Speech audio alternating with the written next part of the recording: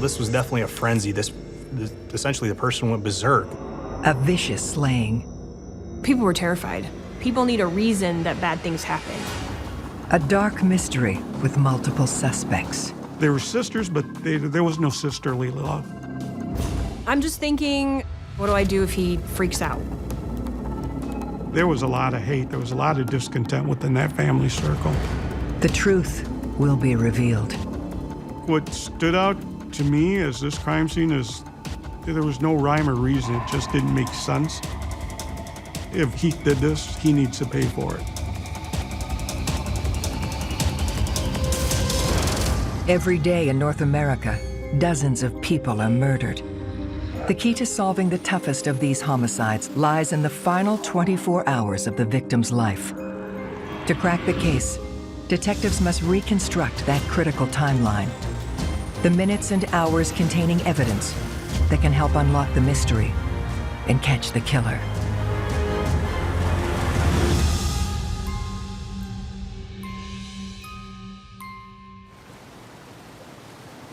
On the banks of the St. Joseph River sits Niles, Michigan, a community brimming with civic pride. So Niles it's a small town. Everybody knows everybody. It's the kind of community where you could meet a stranger and you both know the same person. And fortunately, we don't have a lot of violent crime here. If crime happens, people are more than willing to help you.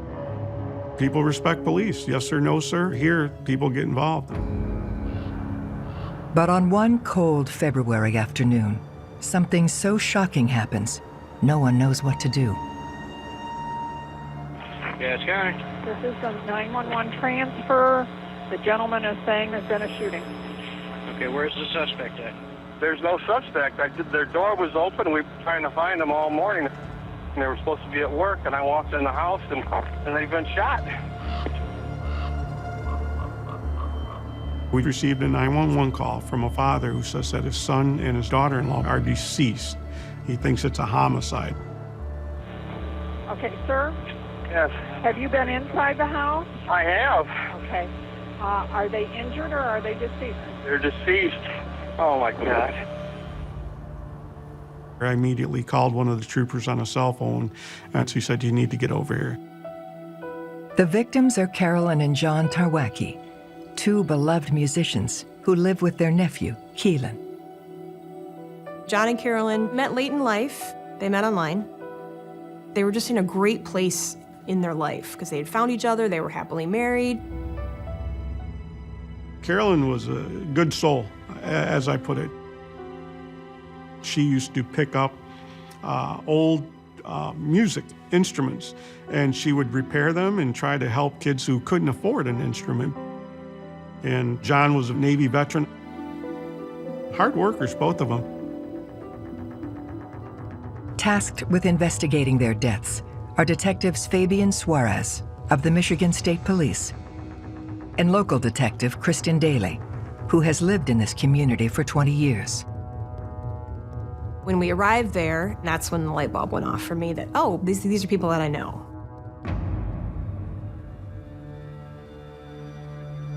My sister-in-law was very good friends with Carolyn in high school. So there was an immediate connection there, and I felt a lot more responsibility. Detectives begin analyzing the crime scene, trying to imagine what might have taken place. We walk into the foyer area of the house. Obviously, we take a quick moment, we stand, we scan. I can see John Tarwacki. He's got stab wounds on his back. We walk over to the right, there's a living room. We look in there and we see Carolyn.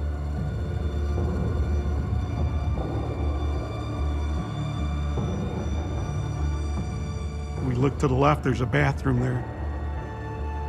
One of the first things I notice is there's a towel on the floor with hair clippings, and there's a razor on the sink. So to me, it tells me he was shaving his head. My gut feeling is the killer was confronted by John. He takes the first shot, he hits John right in the jaw.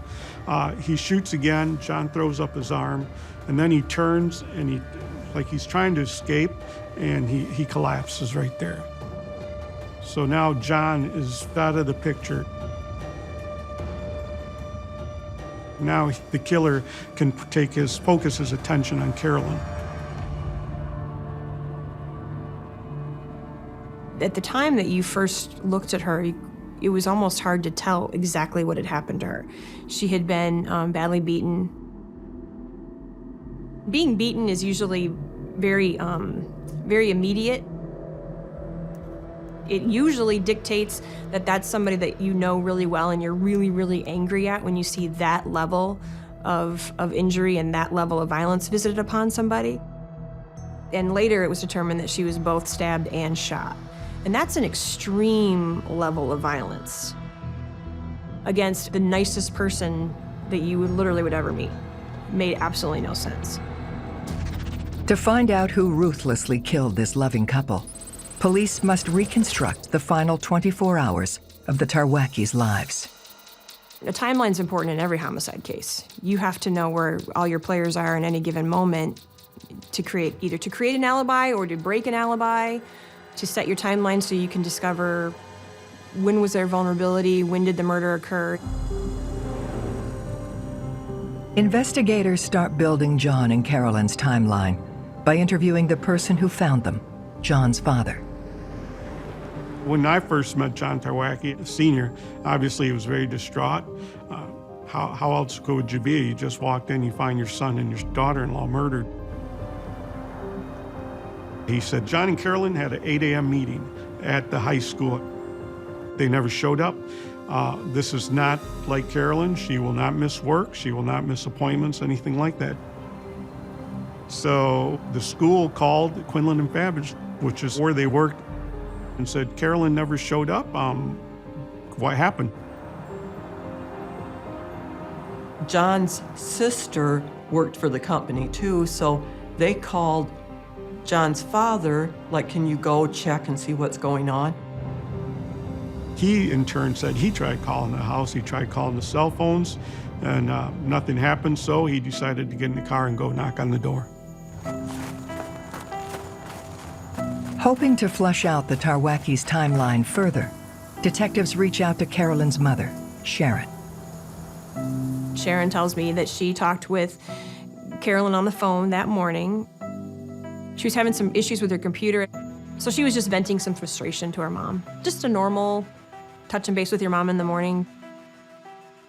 Sharon said there was nothing about that phone call that made her suspicious.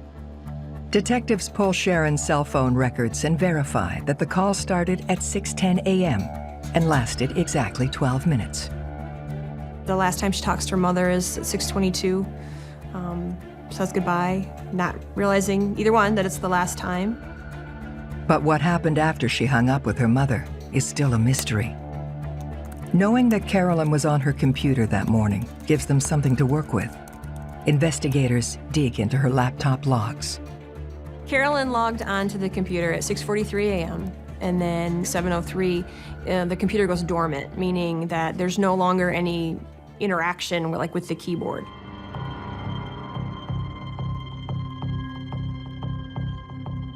Every time you hit a key on any device, there is a record of that. And when we see habitual use and ongoing keystrokes and then a sudden stoppage, that stoppage point serves as a great start for what happened next. Were they interrupted? Were they pulled away from the computer, or were they actually murdered at that particular time? Based on when the computer goes dormant, Carolyn and John could have been killed anytime between 7:03 a.m. and just before their bodies were found at 12:45 p.m. The bodies are sent off for autopsy, and the forensics team starts scouring the house for potential murder weapons. We're looking for a knife, and we're looking for a gun at that point. We don't know if he used one of the kitchen knives. So we took all the knives that looked like they could have been used for the murders, and we sent those to the medical examiner. As they continue to work their way through the crime scene, investigators struggle to come up with a rational theory for the murders. What stood out to me as this crime scene is there was no rhyme or reason. There was no sign of any forced entry whatsoever. There were valuables laying around. You could think it was a breaking and entering. Someone had gone in to steal things, but there was computers, there were laptops, iPads, cash money laying around. There was even prescription drugs in the medicine cabinets. It's not until they make their way to the back of the house that the first clue into the identity of the killer reveals itself. From where we're standing, I can hear a dog going crazy, and it turns out this is Wrigley, a 200-pound mastiff. The Tarwackis had a large dog. It was ginormous, and it was on the back porch area. And so in their kitchen, you turned and you could either go down the basement or you can go out into a back porch. Once we get to the back door, that's when we see footprints. One set of footprints coming in, one set of footprints coming out. The footprints showed that somebody had entered and exited through the back door, which was unusual because they would have had to get past that dog. And that dog was incredibly protective of Carolyn. So normally, if you are a stranger and you open someone's back porch door and you are greeted by a large mastiff, you turn around and walk away. You don't continue to enter the home. And if it's a stranger, why is the level of violence on Carolyn so great? That told us that it was somebody that they knew. Now, they're hoping this path will lead them to the killer's doorstep.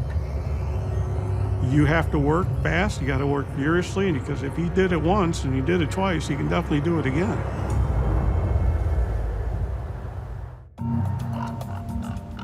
Investigators believe that the rage-fueled homicide of Carolyn and John Tarwacki was an intentional act, committed by someone who knew them. A crime like this could be really devastating for a small community. The word would get out, and it would likely take over the town within a few hours. There would be a sense of, we're all in danger, who's next? The only piece of hard evidence investigators have from the crime scene is a trail of footprints at the back of the house. Well, we're pretty sure there's one killer. There's only one set of footprints. The stride on the way in was short, like a normal walking stride, and the stride on the way out was wider, like a running stride. It tells us that, when he approached the house, he was calm, and when he left the house, he was agitated and fleeing because he had just committed the murders. Once we get photographs, they are able to get us a good shoe size and a very good tread pattern. You could actually look at the picture and see 12 in the shoe impression, so we knew it was a size 12 shoe. We were able to confirm that it was a Route 66 shoe that was put out by Kmart, but discontinued in 2008. So this tells me this person's wearing old shoes that were cheap, basically. It's not a person that has a lot of money, that's spending a lot of money. Using the footprints, detectives follow the killer's path. There's an easement. Nobody really knows, unless you're from that area, you're not gonna know that easement there. It's kind of like a power line easement. So those footprints, we were able to follow them away from the house towards what's Yankee Street. So we do a neighborhood canvass. It's just as it's called. We go to every door within a mile, north, west, south, east, every direction. We knock on the doors. In terms of canvassing, I have said for years that canvassing is the most important and yet simultaneously overlooked area of any investigation. This is the nitty-gritty, this is the unglamorous area of police work that solves cases. You need to find out who was home at the time of the murder, as close to the murder as possible. One of the apartment's investigators' canvas belongs to Sherry Lintz. When they knock on her door, they find her son Keith there as well. Keith is known to us. He's had many, many problems with law enforcement. We know the Lentz family. They're just a lot of family members have been, unfortunately, been on the wrong side of the law. Detective Suarez consults local detective Daly on whether or not she thinks Keith could be a person of interest. I'd heard the name. I knew that he was in trouble and had been in trouble and had a criminal history, but I wasn't familiar with him like being connected to the Tarwackis at all.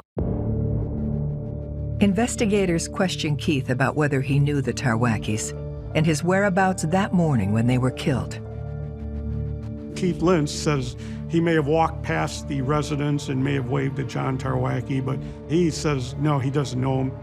And Sherry Lentz, she's able to confirm to us that Keith was at the home at 8 a.m. She said she woke up to go to work and Keith was asleep on the couch.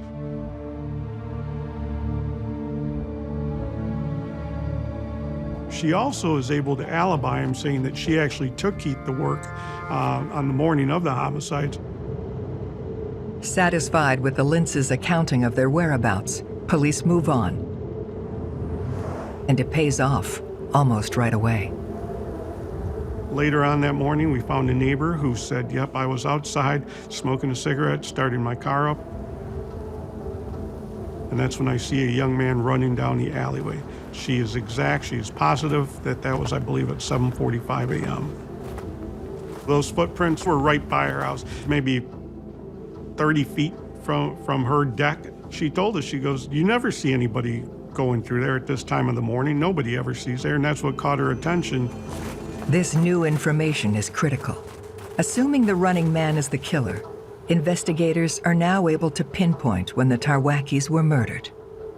So as best we could figure, it happened sometime from the time when Carolyn's computer goes dormant to 7:45. So it's almost like a 40-minute window that this murder could have occurred in.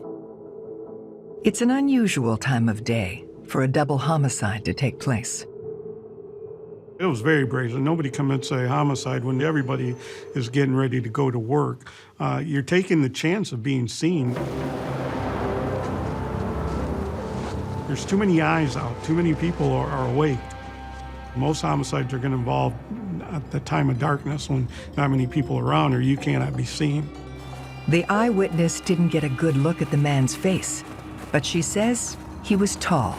She said that she saw a white male, right around 6 feet tall, hard to pin down his age, between 20 and 30 years old, she thought, wearing a dark, whether it was a jacket or a hoodie, but he had a hood up, and he was running past her house out towards the main road.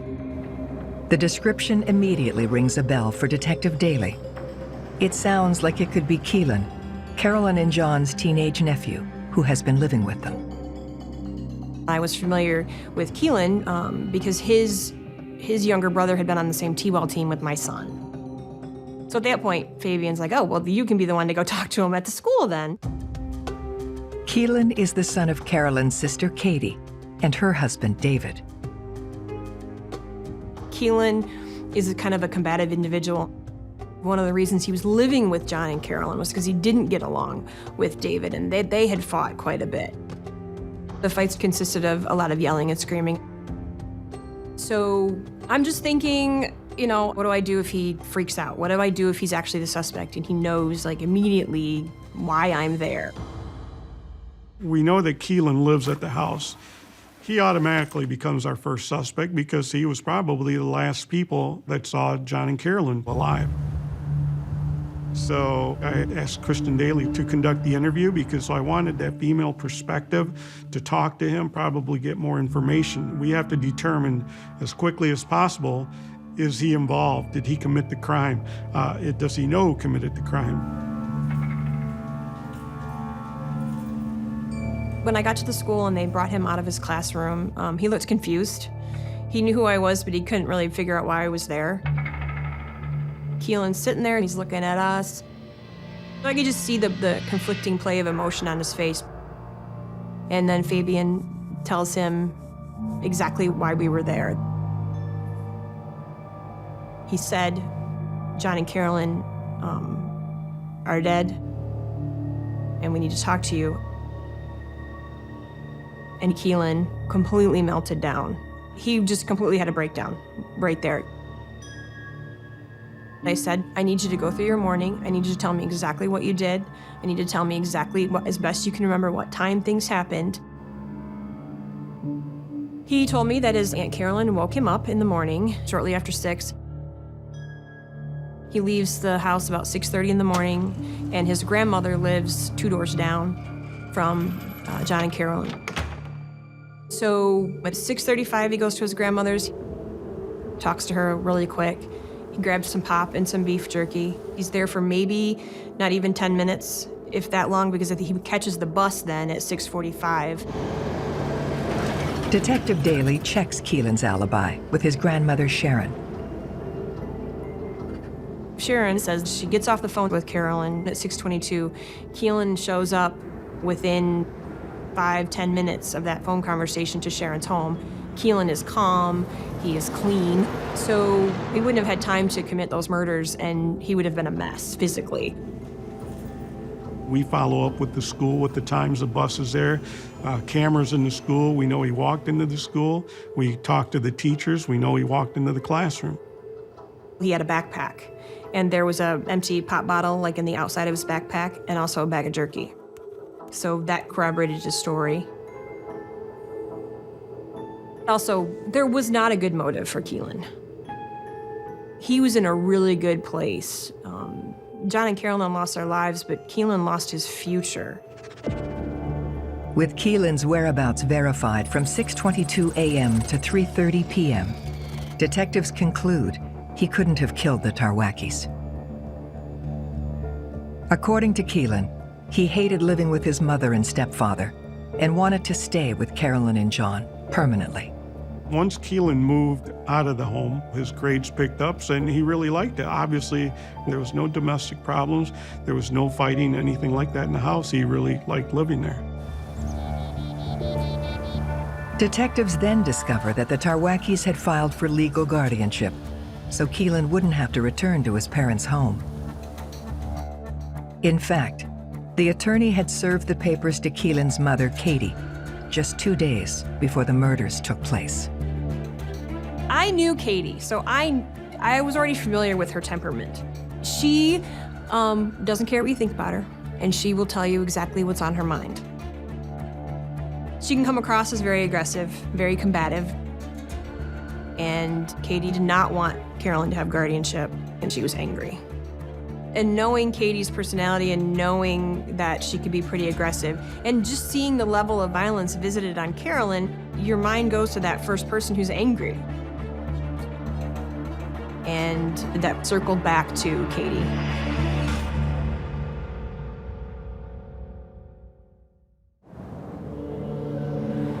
The investigation into the brutal double homicide of Carolyn and John Tarwacki is zeroing in on Carolyn's sister, Katie. When we interview Katie, basically what she tells us, growing up, Carolyn was treated better than she was. They were sisters, but there was no sisterly love. Katie despised Carolyn. She tells us, hey, I didn't kill my sister, but I'm not gonna miss her. She told me, I've always believed that Carolyn was trying to take my son because she didn't have kids of her own. And she really believed this, so obviously this raises a flag. It almost seemed like she didn't care. A normal person, you tell them that their brother or sister has died. It doesn't matter if they fought 20 minutes ago, they're devastated. This is their sibling, this is somebody they love. And she didn't act like your normal sibling to a victim of a horrendous crime. She's a little detached. When people don't react as expected in a police interview, it immediately throws up a red flag. Why are they acting this way? Are they potentially involved in this crime? Do they dislike, a person enough to commit an act of violence? And in this case, you're wondering, could this sister have engaged in something violent towards this couple? But some things just don't add up with this theory. The eyewitness said she saw a man between 20 and 30 years old fleeing the scene, not a middle-aged woman. And she said this happened at 7:45 a.m. Katie actually lived pretty much next door to me. She is a bus driver for this same school district, and she drove the bus past my house every morning. So we were able to confirm with the bus garage that yes, Katie showed up to work, she came on time, and she was driving her bus. And there just wasn't time during a bus route for her to stop at the house and commit this murder. Detectives consider a different theory. I know that she didn't commit the homicide, but maybe the husband decided to do it. Through police reports, we know that David drank. We believe he had a drinking problem. And we know that there's a lot of, domestic violence in that home. There was a lot of hate. There was a lot of discontent within that family circle. So if you want to keep your wife happy, you want to keep your family happy, you're going to want to do something to help her. David was quiet to Katie's, more bombastic, volatile personality, but nobody had any doubt that if she'd asked him to do this, that he would have done that for her.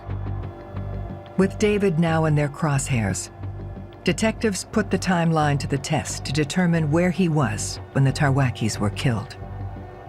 I believe from the timeline that we were built up, we know that the morning of the homicides, David had to take the kids to the babysitters. He says he was there at 7:30 a.m. dropping the kids off. We go to the babysitter, and we were able to substantiate his whereabouts. He works in South Bend, so it takes him almost 20 minutes to get to work. He started work at 8 a.m. We follow up on his work. We know that at that work, they actually have palm scanners to get into the building. We know that he put his palm there, that he scanned his palm, and we know that he was at work.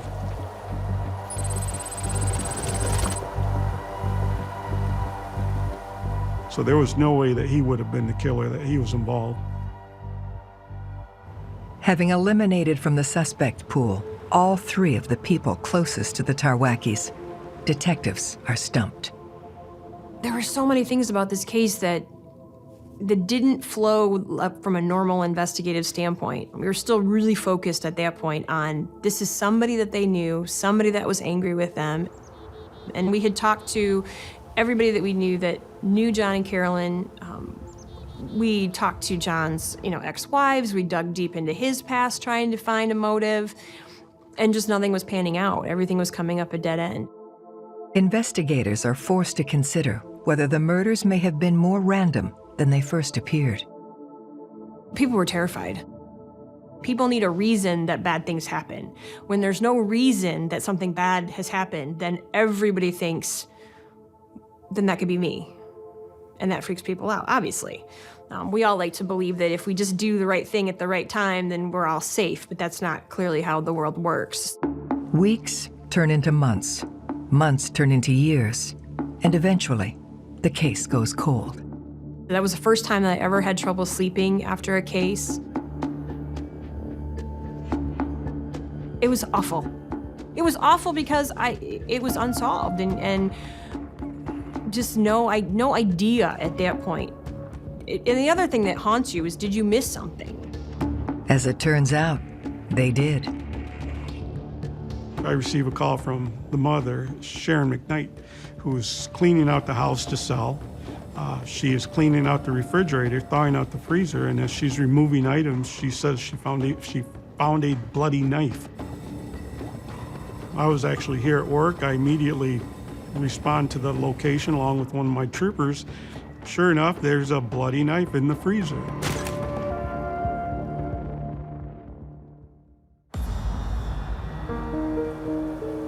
Investigators have just discovered that they missed a key piece of evidence while processing the murder scene of Carolyn and John Tarwacki, a bloody knife. The sickness feeling that goes over you is like, wow, how did we miss that? We missed it. So, I'm the lead investigator. I have to take responsibility for everything that goes wrong. So, yeah, it's my responsibility to make sure everything was done. It wasn't done properly.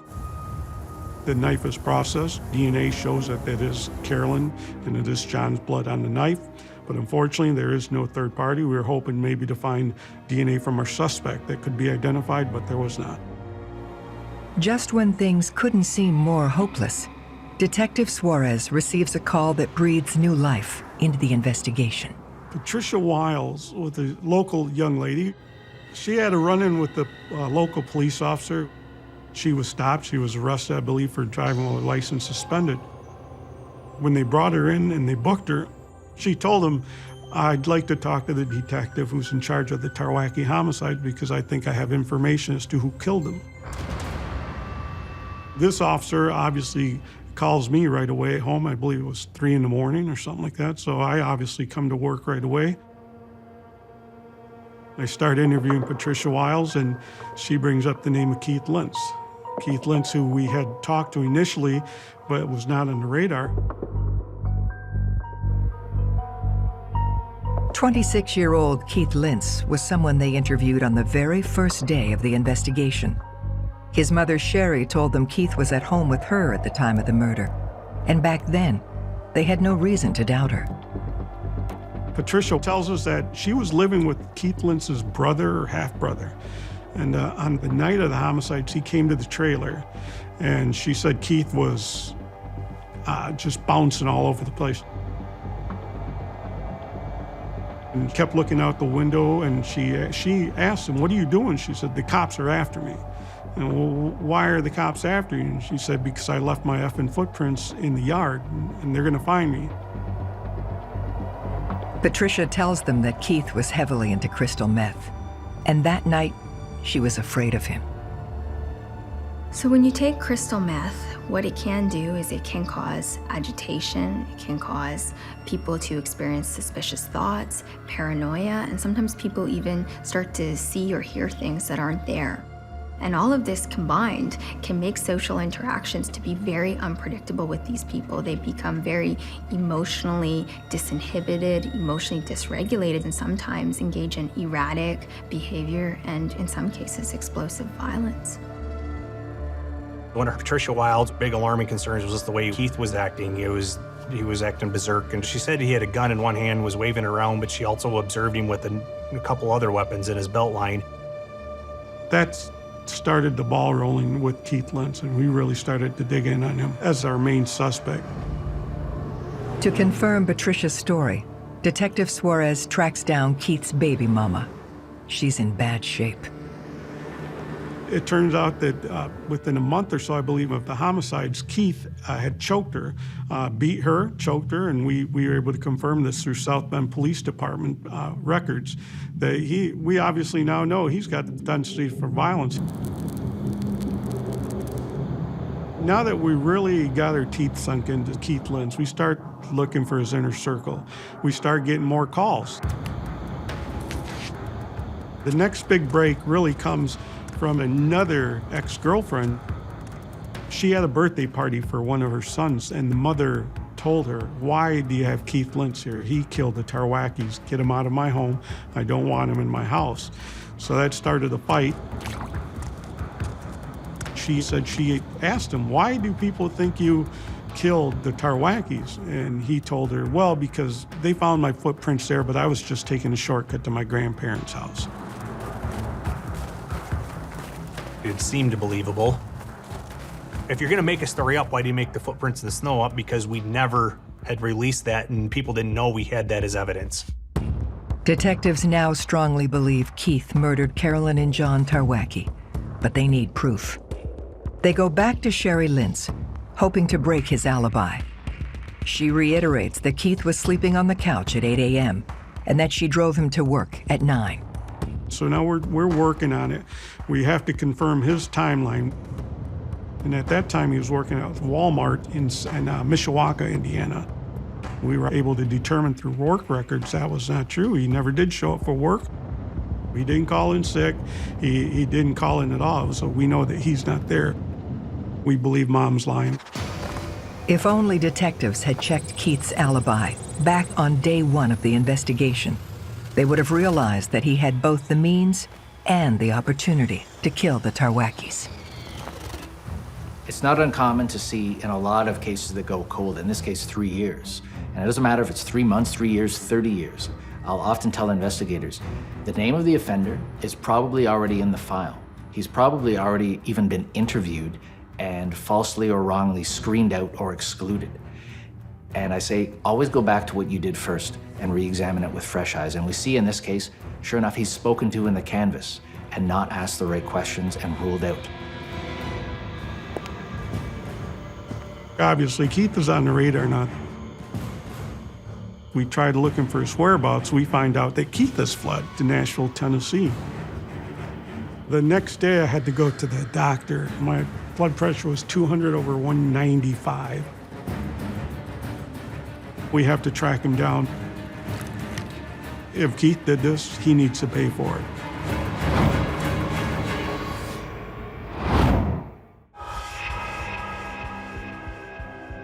Investigators believe Keith Lintz killed Carolyn and John Tarwacki.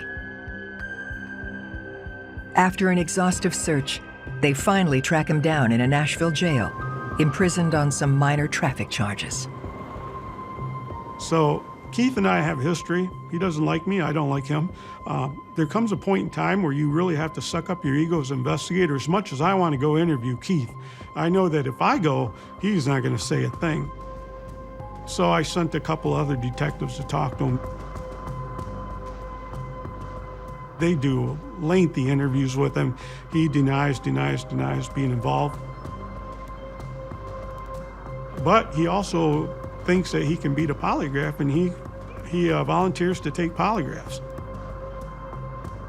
He failed both tests miserably. So we know that Keith is our main suspect, but we don't have that final nail in the coffin. But then, they get a phone call from a man by the name of Shane Zimmerman. He says he's got information about the homicide. Shane Zimmerman is hitting the lotto, hitting all 7 numbers in the Powerball. It's just something that you don't expect out of the blue to come, even though we are on the right trail. Shane Zimmerman describes himself as a childhood friend of the prime suspect, Keith Lintz, who just happens to be sharing a cell with him at this very moment. Shane says, Keith told me he did it. He can't take it back, but he says he did it, and he was crying one night. He's in his bunk crying. And Shane says, what's wrong? He says, I killed him. I killed those people. He goes, they didn't deserve to die, but I can't take it back. In order to secure a conviction, investigators need Keith's confession on tape. Shane Zimmerman didn't want anything. He said, I've screwed up my entire life. He goes, for once in my life, I'm going to do something right. Shane agrees to wear a wire and heads back into the cell.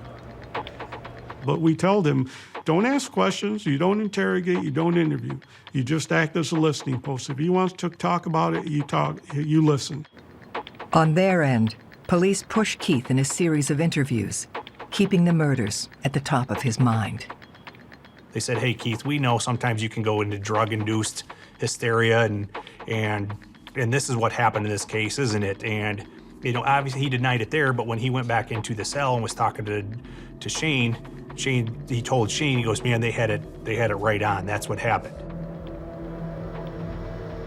Finally, Keith breaks down and spills the whole story of the murder to Shane. Zimmerman was a hammer that we hammered that nail home, so it was an incredible stroke of luck. With their informant's help, investigators are able to piece together John and Carolyn's final 24 hours.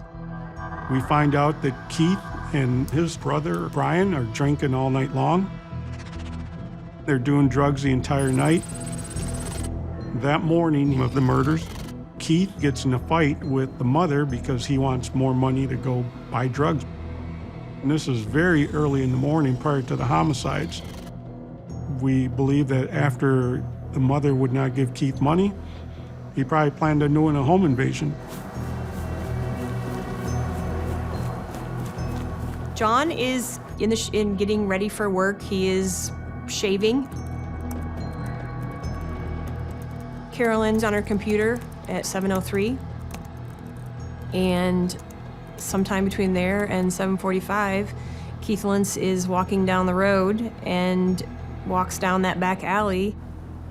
He may have seeing this house that looked like an easy target, knowing the area, he walks around to the back. He then goes in the house.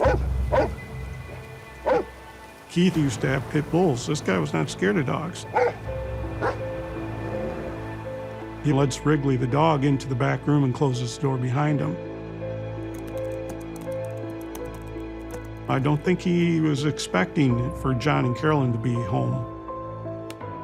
Especially if the dog was like in the back. Maybe he thought, oh, these people are gone. Maybe there's nobody home. I believe that she saw Keith coming in through the back door. Keith already had his gun out. He may have been doing, obviously, meth and maybe some coke or crack. I believe that she screams. John comes out of the bathroom, encounters Keith. He was just out of his mind. I don't think that he went in there with the intent to murder anyone. I think he went in there with the intent to rob. And all of a sudden, he'd just been confronted by two people, and it's a fight or flight, and he decided to kill them both.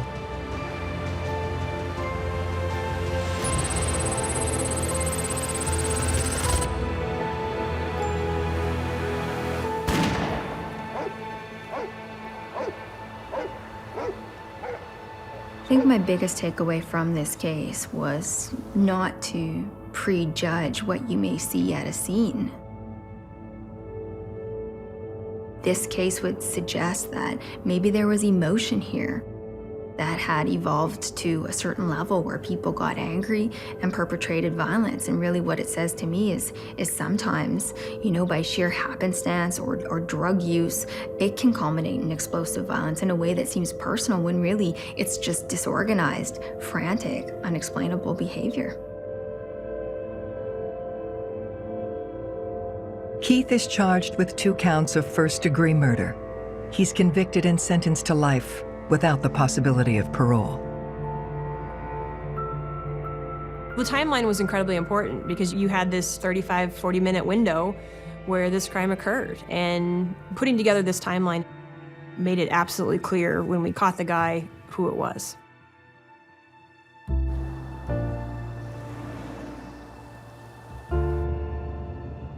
As the father, John Tarwacki, said, there is no closure, and I also believe there is no closure. You may get a conviction, but it's not going to bring your kid back. It's not going to change anything. Every time Christmas comes around, every time a birthday comes around, they're not going to be there. But what sticks with me most about this case is just how senseless it was. These were 2 normal people getting ready for work, and somebody made up their mind that they wanted something and was going to do whatever they could to get it. It's senseless. It made no sense. And it still doesn't, even after all this time. I don't know how you recover from that.